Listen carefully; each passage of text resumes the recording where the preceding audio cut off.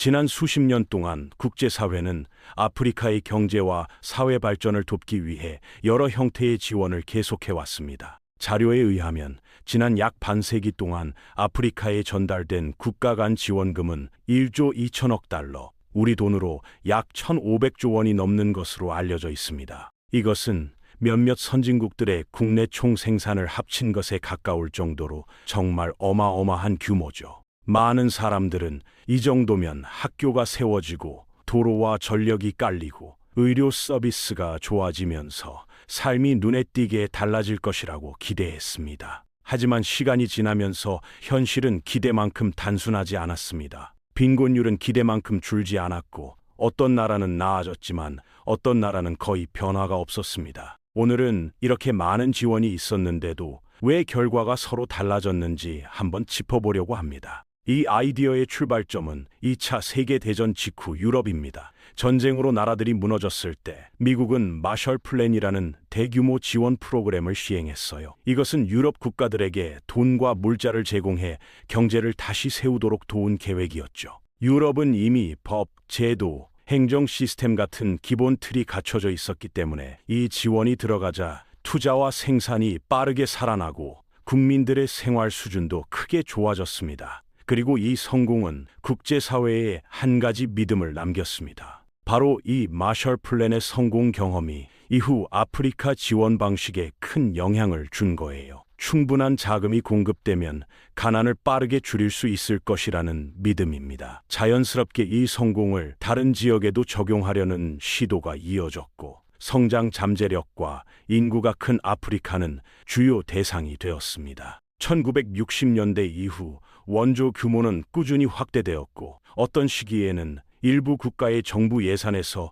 원조가 매우 큰 비중을 차지하기도 했습니다. 선의에서 출발한 이러한 시도는 분명 의미가 컸습니다. 다만 적용되는 환경이 유럽과는 달랐다는 점이 뒤늦게 중요하게 제기됩니다. 많은 국제개발 전문가들이 강조하는 단어가 있습니다. 바로 제도입니다. 제도란 세금을 걷고 예산을 집행하는 행정 능력, 법치주의와 재산권, 공공기관의 투명성과 책임성 같은 사회의 운영 틀을 말합니다. 유럽은 전쟁 피해가 컸어도 이 토대가 이미 갖춰져 있었고 지원 자금을 계획에 따라 배분하고 효과를 점검하는 체계를 비교적 빠르게 가동할 수 있었습니다. 반면 아프리카의 상당수 국가는 독립한 지 오래되지 않았고 행정조직과 사법제도, 회계, 감사 체계가 안정적으로 뿌리내리는 과정에 있었습니다. 이 차이는 같은 돈이 들어가도 결과가 달라질 수 있음을 뜻합니다. 그러니까 돈이 얼마나 많이 들어갔냐만으로는 결과를 설명할 수 없었던 거예요. 보통 한 나라의 정부는 국민이 낸 세금으로 운영돼요. 그러면 국민 입장에서는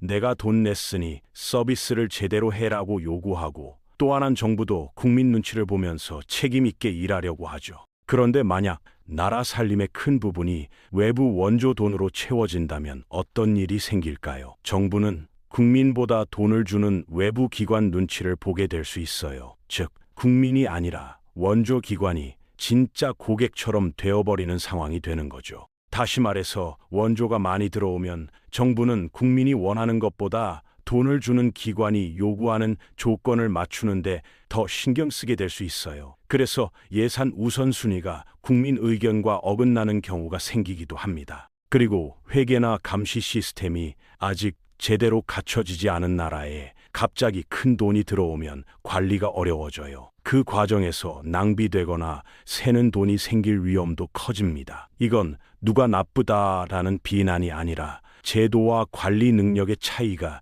결과를 크게 바꾼다는 뜻이에요. 게다가 원조가 물건, 예를 들면 식품, 옷, 물품 같은 형태로 들어오면 문제가 생길 수도 있어요. 왜냐하면 외부에서 무상이나 매우 싼 가격으로 물건이 들어오면 현지 가게나 공장에서 만든 제품은 가격 경쟁이 안 돼서 팔리지 않기 때문이죠. 처음엔 사람들 입장에서는 값싸게 들어온 물품을 보고 와 싸고 좋네라며 좋아할 수 있어요. 하지만 시간이 지나면 현지 가게와 공장이 문을 닫고 일자리와 기술도 함께 사라질 수 있습니다. 그렇게 한번 무너진 산업을 다시 세우려면 돈뿐 아니라 경험, 기술, 신뢰까지 다시 쌓아야 해서 매우 오랜 시간이 걸립니다. 또한 한 나라의 외화가 한꺼번에 많이 들어오면 그 나라 돈의 가치가 올라갈 수 있어요. 그러면 어떤 일이 생기냐 하면 그 나라의 수출 제품 가격이 상대적으로 비싸져서 해외 시장에서 경쟁하기가 어려워집니다. 이것을 네덜란드 병이라고 불러요.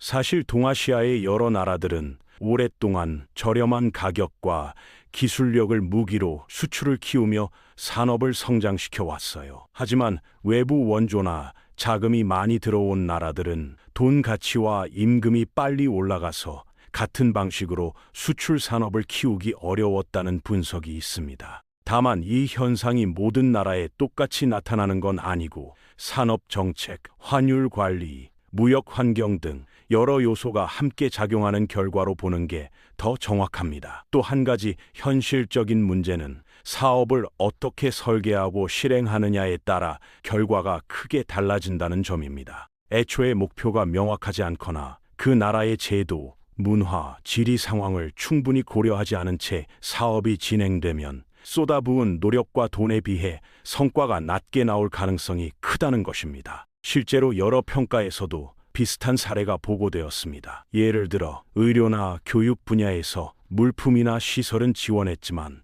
정작 그걸 운영할 인력 교육, 유지 보수, 기록 및 관리 시스템이 함께 갖춰지지 않아 효과가 오래가지 못한 경우가 적지 않았습니다. 겉보기에는 어떤 성과가 나온 것처럼 보였지만 시간이 지나면 유지되지 못했던 거죠. 결국 원조는 무조건 효과가 없다라고 단정지을 문제가 아니었습니다. 어떤 제도 아래에서 어떤 방식으로 설계하고 실행했느냐에 따라 성과가 크게 달라졌던 것이 더 정확한 설명이에요. 그렇다면 많은 사람들이 궁금해하는 질문이 생기죠. 그 많은 원조금은 도대체 어디에 쓰였을까라고 말이죠. 회계상으로 보면 원조 자금의 상당 부분은 학교, 병원, 식수 공급, 도로, 전력 같은 공공 서비스와 인프라를 만드는 데 사용되었습니다. 또 일부는 전문가 파견, 인재 교육, 통계와 행정 시스템을 개선하는 작업, 그리고 재난이나 보건 위기 상황에서의 긴급 지원에도 쓰였어요.